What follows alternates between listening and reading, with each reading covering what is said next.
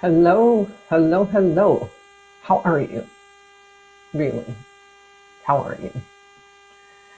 I am 𝓸𝓷𝓵𝓆. I'm an executive coach for women leaders who are on the brink of or in burnout. So you as a female leader are pulled in just a million different directions. You have a high pressure career, you've got family potentially, everything in between, all the personal stuff, all the business stuff. And burnout is not necessarily burnout is not a sign of failure. It's just a signal. It's a symptom. It is a signal that something needs to change. And one of those things that can be very practical, sometimes a little challenging, and we're going to dive into it here. Is boundaries. We're going to talk about what they are. We're going to talk about how critical they are for your success, for your well-being, for your relationships. And we're going to talk about setting them without guilt and without manipulation. And we're going to talk about some of the impacts. How do people get to that point where, they may not have the boundaries they need? So first, let's just talk about a definition. A boundary is like an emotional property line. So just like you have your property line that outlines where the boundaries are for your home, this is your emotional property line. This isn't about controlling other people. This is about self-respect. This is about self-protection. And a boundary is something that you create for yourself. This isn't about for other people or what you're going to do to other people or what you're going to those kinds of things. We're going to debunk a few myths first, but we're going to talk about how healthy boundaries are actually a form of self-responsibility, self-leadership, self-empowerment, and how they lead to so much closer, so much better and closer and deeper relationships with others, whether that's a boundary with someone in your family or a boundary with people at work. So let's get into debunking some myths first.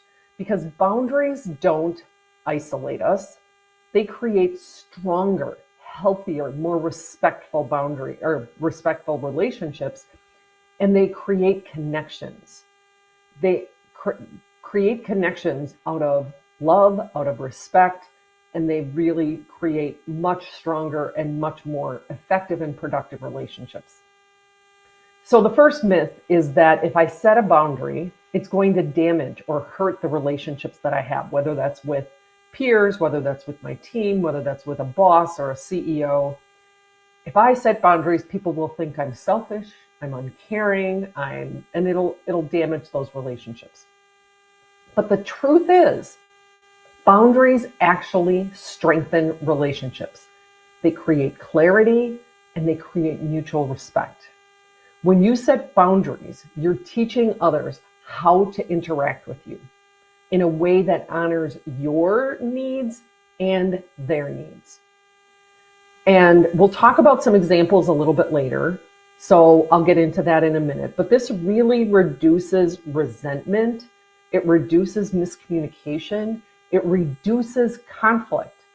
Often we're afraid of setting a boundary because we're afraid of the conflict that it's going to create, when really you're actually paving the way for deeper, more authentic, more connected conversations and more connected relationships. Myth number 2 is that boundaries are going to make you look weak or incompetent. And that's actually one of the farthest things from the truth.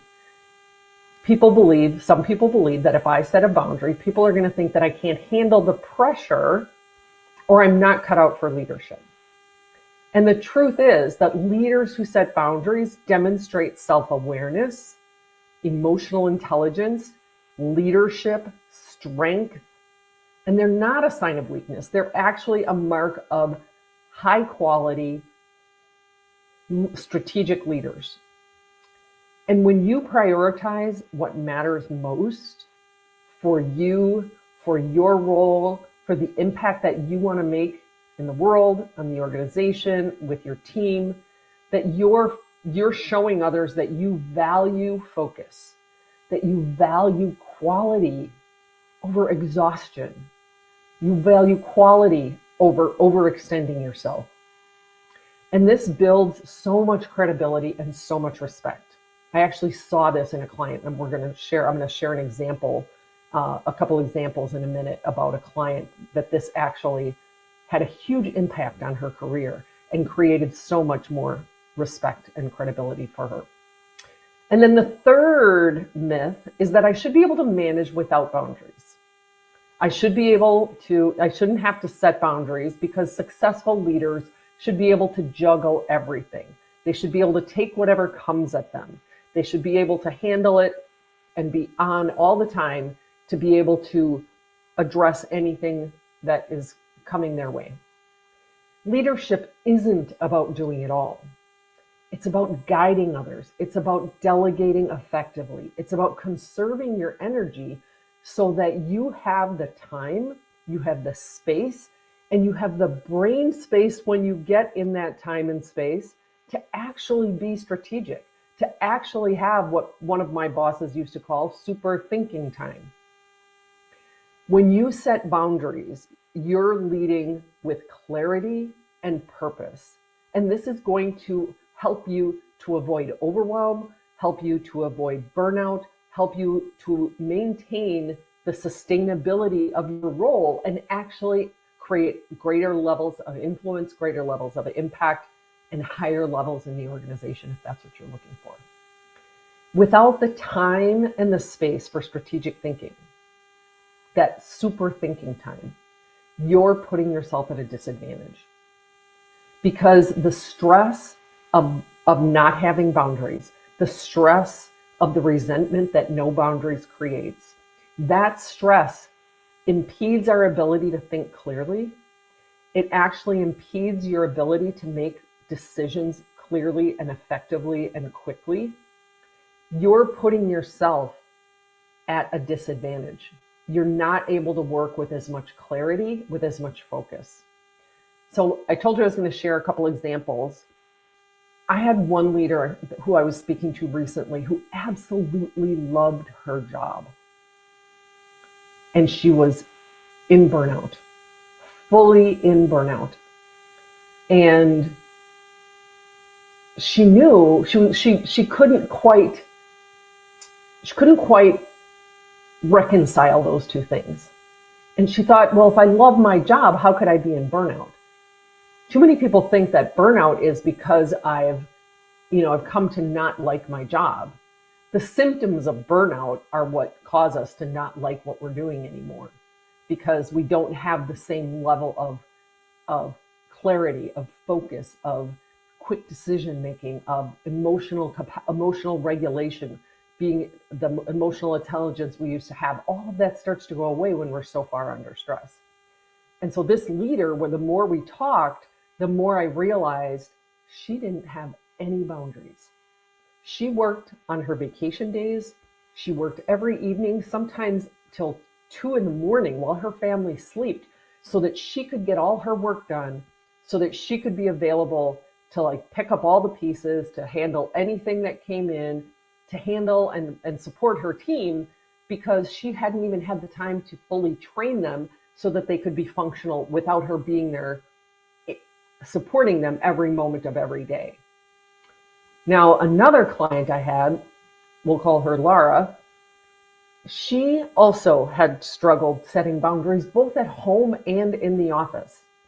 And in fact, when we started the engagement and I talked a little bit with her boss ahead of time, he said she's got to stop.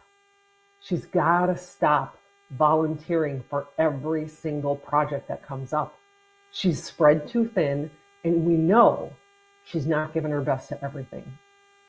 And so we worked for a few months, and she started setting boundaries at home so she didn't feel burdened and resentful towards her partner, and that she was doing everything in the home rather than them really sharing. And she just, for some of it, she had said she was going to do things like, let's say one of the examples she gave me was she said she would do the laundry and fold it but her partner needed to put it away. And she would leave it sit for a half a day or maybe a day, and then she'd put it away because it wasn't put away on her timeline. And so she had to get comfortable with setting the boundary that if you don't put it away, dirty clothes are just going to go on top of it in that laundry basket. And that's what happened for a while. And eventually her partner started putting those clothes away and putting them away in a little bit more timely manner, but not always. Anyway, with work, she began setting boundaries and began learning to really delegate. She began setting an end time to her day so that at 4:30 or 5 o'clock, I don't remember what it was, she was like, okay, I'm shutting down and that's it. Because she used to answer emails, and she very respectfully set the boundary, and we'll talk about how you can do that. She very respectfully with her peers said, if you need me, text me, because they were a major grocer. And if one of her stores had an emergency, there were people on call, and if they needed her, they should text her. Where usually she was on all those on-call calls every night, every weekend. She was in email every single night, and she finally said, I'm not going to answer emails at night. If you need me, you need to text me or call me. And she just earned, talking with her boss, she just earned so much more respect from her peers, from her boss. She actually created so much more capacity. She actually told me, it was kind of funny. I knew this, I pretty much knew this would happen. And when she told me, I found it interesting because she said it surprised her that by ending her day at 4:30 or 5, whatever it was, I don't know what time she started in the morning, she actually got more done. And part of that was because she was also learning to delegate. All right, let's talk about why boundaries matter. Well-being is the first one. We're going to talk about well-being, how boundaries reduce stress, prevent resentment, and protect your emotional health. We're going to talk about your success, that boundaries can ensure you're focused on high-value activities and not stretched so thin by everyone else's priorities. Your advancement, that's another reason they matter, because with clear boundaries, you earn more respect, more authority, you have more impact, and you are able to elevate your position much more quickly than other leaders who aren't setting boundaries. They also impact your health and relationships. So important to your health and relationships. Boundaries protect against chronic stress, and chronic stress is a direct corollary to the energy you have, to your immune system, to deeper and more connected relationships at both home and work. You're able to be more present. So let's go into a little bit deeper, just a little deeper on each one of these. This is not just a personal preference. These are necessary for your well-being, for your success, for your advancement. So let's go into each one, why they're essential. Protecting your well-being. First of all, let's talk about your mental well-being. Without boundaries, you are more likely to experience chronic stress, anxiety, resentment, burnout.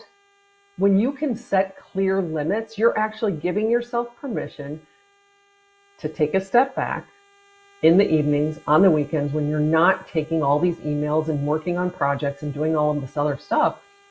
You're able to recharge. You're able to give your brain a break. And it's actually probably still working in the background. Like my boss used to say, an old boss of mine used to say, on the B drive. It's on the B drive, just humming away.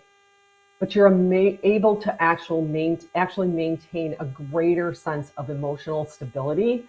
And that brain is working in the background to help you solve problems even better. Working on them hour after hour after hour, when you've been already working 8 or 10 or 12 hours, doesn't do you any good. It gives you diminishing returns. The other side of your well-being is your physical well-being. When you're constantly saying yes, it is often at the expense of your health. It can lead to fatigue. It leads to insomnia. It leads to chronic illness. Dr. 𝗿𝗵𝗵 said that he ran a palliative care unit. So he was working with people who were dying of chronic illness, some sort of disease like cancer, all different kinds of cancers and different things. He said our automatic and compulsive need to care for the needs of others while ignoring our own is a major risk factor for chronic illness. Boundaries create breathing room. They give your body, your physical body, the time and the space it needs to actually recover and thrive. And sleep is a huge part of that. When you don't allow yourself to get into the right levels of sleep long enough, your body goes through a repair cycle and then a duplication cycle. And if it doesn't get through if it doesn't have enough time in the cycle to get through that repair cycle, you are actually duplicating, because your cells, they duplicate themselves over and over and over in all different parts of your body. You're duplicating damaged cells. And then if those cells don't have the chance to fully repair the next night, then you're duplicating even more damaged cells. So let's dig into the next one, which is enhancing your success. When you don't have boundaries, you can easily become overwhelmed by everyone else's expectations and demands. So boundaries actually protect your energy. They protect your time. They give you that space to focus on what you know is the most high value activities that align to your goals within that organization. When you're just reacting and taking on every meeting after meeting after meeting and everything that's coming in, and you don't have that space to be strategic, you're just going to overcommit. You're going to say yes all the time. Boundaries help you say no when necessary. They help you so that you're not stretched so thin that the quality of your work starts to diminish. Setting limits, setting boundaries allows you to maintain your stamina, maintain that expert level of decision making and thinking that got you to where you are. When you're in burnout, this prefrontal cortex, that thinking brain, offline. You just don't have the same level of capacity, ability to make those kinds of decisions. Let's talk about how setting boundaries can strengthen your leadership. You are modeling healthy behavior. Leaders who set boundaries actually set the tone for their teams, for their peers. You're modeling self-respect. You're modeling self-leadership. You're modeling the importance of this work-life rhythm. I don't like work-life balance because it isn't just an equal balance. It's a rhythm. Sometimes you may have to work a few more hours, other times not. It's a rhythm that you create based on your needs, your preferences, your gifts, talents. And so really that space, when you have that kind of rhythm in your leadership, in your life, you're earning the respect of your team. You're setting an example for a healthier organizational culture overall. And you're earning the respect from your team, from your peers, from your boss. And it also, when you have that space for your strategic thinking, you can actually have patterns of delegation and processes for delegation that are much more effective. It isn't just passing something off and then having to redo it or train over and over again because you haven't given the delegation the time and the space that it needs. It gives you that space for that strategic thinking and strategic delegation. The other thing that boundaries do is they help safeguard relationships. They really protect your relationships. The biggest thing that can happen when you are constantly saying yes and allowing everyone to just plow over your emotional property line and just invade your emotional property, you're going to feel resentful. You're going to feel overused, undervalued. That's what happened to the client I was talking to last week. She didn't feel that anybody respected her. She didn't feel that anybody valued her. And part of it was that she wasn't valuing herself. By not giving herself enough time to sleep, by not allowing herself time to rest and be present with her family, she wasn't actually respecting herself, and that was where it needed to start. It actually allows you to build this mutual respect, to create authentic connections. You can actually show up more as your true self. You're not in this habitual stress reactive mode, which isn't who you are. So many women I talk to, they're like, gosh, I'm just blowing up at people for all the wrong reasons. One of the women I talked to said they had a problem with, even at home, had a problem with the dryer and just blew up at her husband. And her husband was the one who was trying to help get it fixed. And she knew it wasn't the right thing to do, but your emotional capacity, your ability, your capacity to respond versus react is just so diminished when you're under this constant state of stress. And so when you reclaim your energy, when you stop wasting your energy on things that drain you, on things that are other people's priorities and not necessarily what is going to drive your impact, your growth, then it's going to actually allow you to have so much more energy to do the things you want to. You're going to free up emotional and mental resources so that you can actually pursue things that you're passionate about, your dreams, your goals, and not just the next thing that somebody else wants you to do. It also gives you some space for your own self-discovery, your own focus on what you want in terms of your life and the impact that you want to have. Ultimately, this isn't about keeping people out. This is about making sure that what feeds you, that what helps you be everything who you are, be that core part of yourself, giving you the time and the space, the energy for what you value and what you want to be, your impact in the world. So now we'll dive in to how to spot ineffective boundaries and then create some ones that are empowering. So a sign of a weak boundary is if you're resentful, if you're in burnout, if you're people pleasing, or if you're exhibiting passive aggressive behavior, which a lot of times we don't want to admit, and it happens. In fact, it happened to me a couple of weeks ago. I was in a bad space and somebody called me on it. They're like, that was a little passive aggressive. I'm like, yeah, you were right. And we talked it through and got through it. If you're always saying yes and then feeling bitter, that's a red flag. Boom. You don't have a good boundary. You have an ineffective boundary. The key things that you need to know about setting effective boundaries are know your limits. And you might be so used to working till 10, 11, 12 at night and powering through after 4.5, 5 hours of sleep. That is not going to serve you in the long run. In order to set, I want you to be able to set guilt-free boundaries, because I know initially you're going to feel guilty.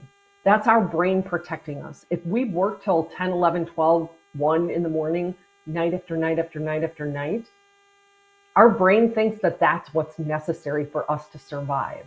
And I do mean literally survive.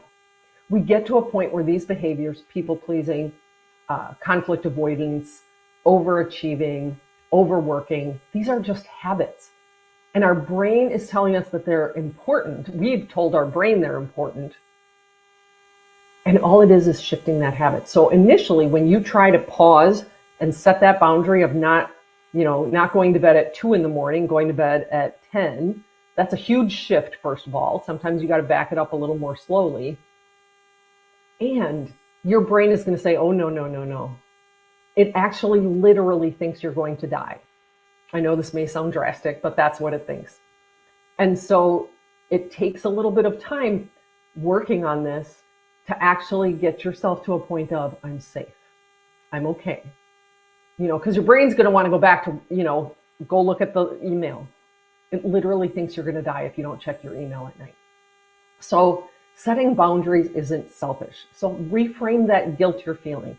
It isn't selfish. It's necessary for me. Say it's necessary for me to show up as my best self. It is necessary for you to show up as your best self. So here's what it can look like. It's a request. It is often a request, asking someone to stop doing something that infringes on your property, literally and emotionally. And then the consequence. What are you going to do if they don't comply? And this isn't about shaming them, yelling at them, reporting them to some boss or something like that. It's more, what are you going to do? So here's an example. I'll just kind of give you a practical script with some blanks in it. It might sound like this. When you blank, specific behavior, I feel blank. I would appreciate, and now I don't really like this example. I pulled this one from a book, and I'll explain. I won't explain why now. I went into it a little bit in my last live about how other people don't make us feel something. It's what we think about that behavior. But anyway, I would appreciate if you would, what's the new behavior?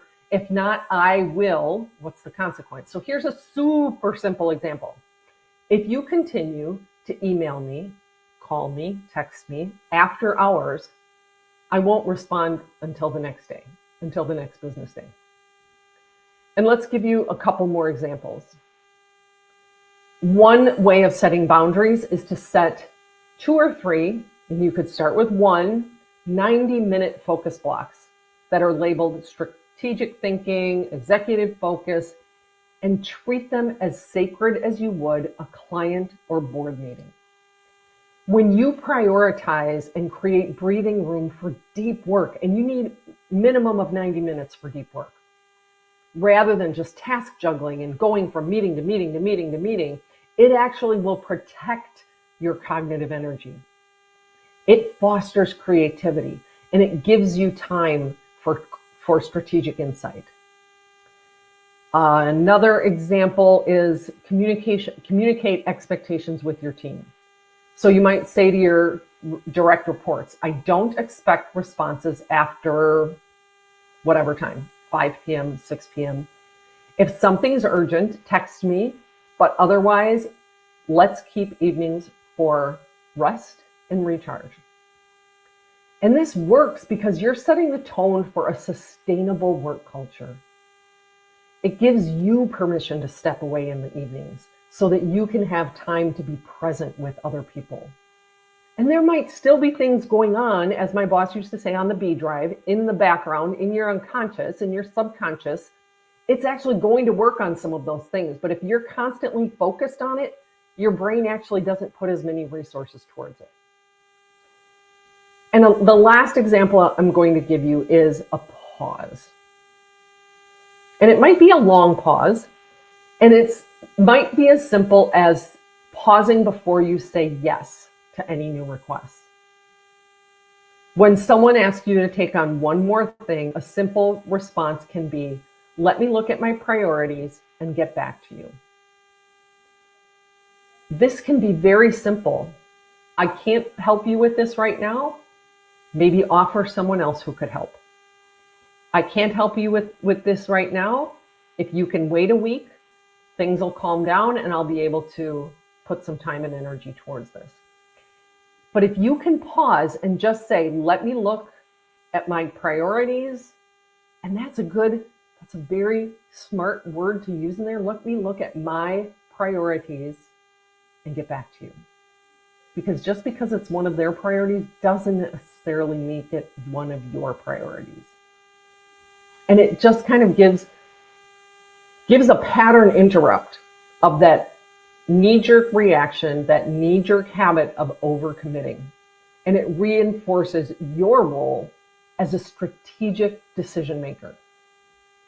It puts you in a position of choice. It puts you in a position to actually look at your priorities and decide from not a position of somebody running into you or in a meeting. You actually have time to sit back and make those calls. When you avoid setting boundaries, you trade temporary comfort of not having conflict with someone, not having a tough conversation, not having that discomfort of not pleasing someone for long-term harm. You're trading comfort, temporary comfort, for long-term harm. Harm to your physical health, harm to your mental health, harm to your relationships, harm to all of the things in terms of your success and your growth. Not setting boundaries sets you up for chronic stress, procrastination, impaired decision making, health issues, migraines, gut issues, anxiety, and it erodes your relationship. Boundaries are so critical for well-being, for success, for your relationships. If you're ready to stop burnout, please DM me and say burnout, and I'll get you a link to my calendar and we'll set up a time to talk, because these boundaries are so critical, so critical. I look forward to talking with you further, and have a great rest of your week.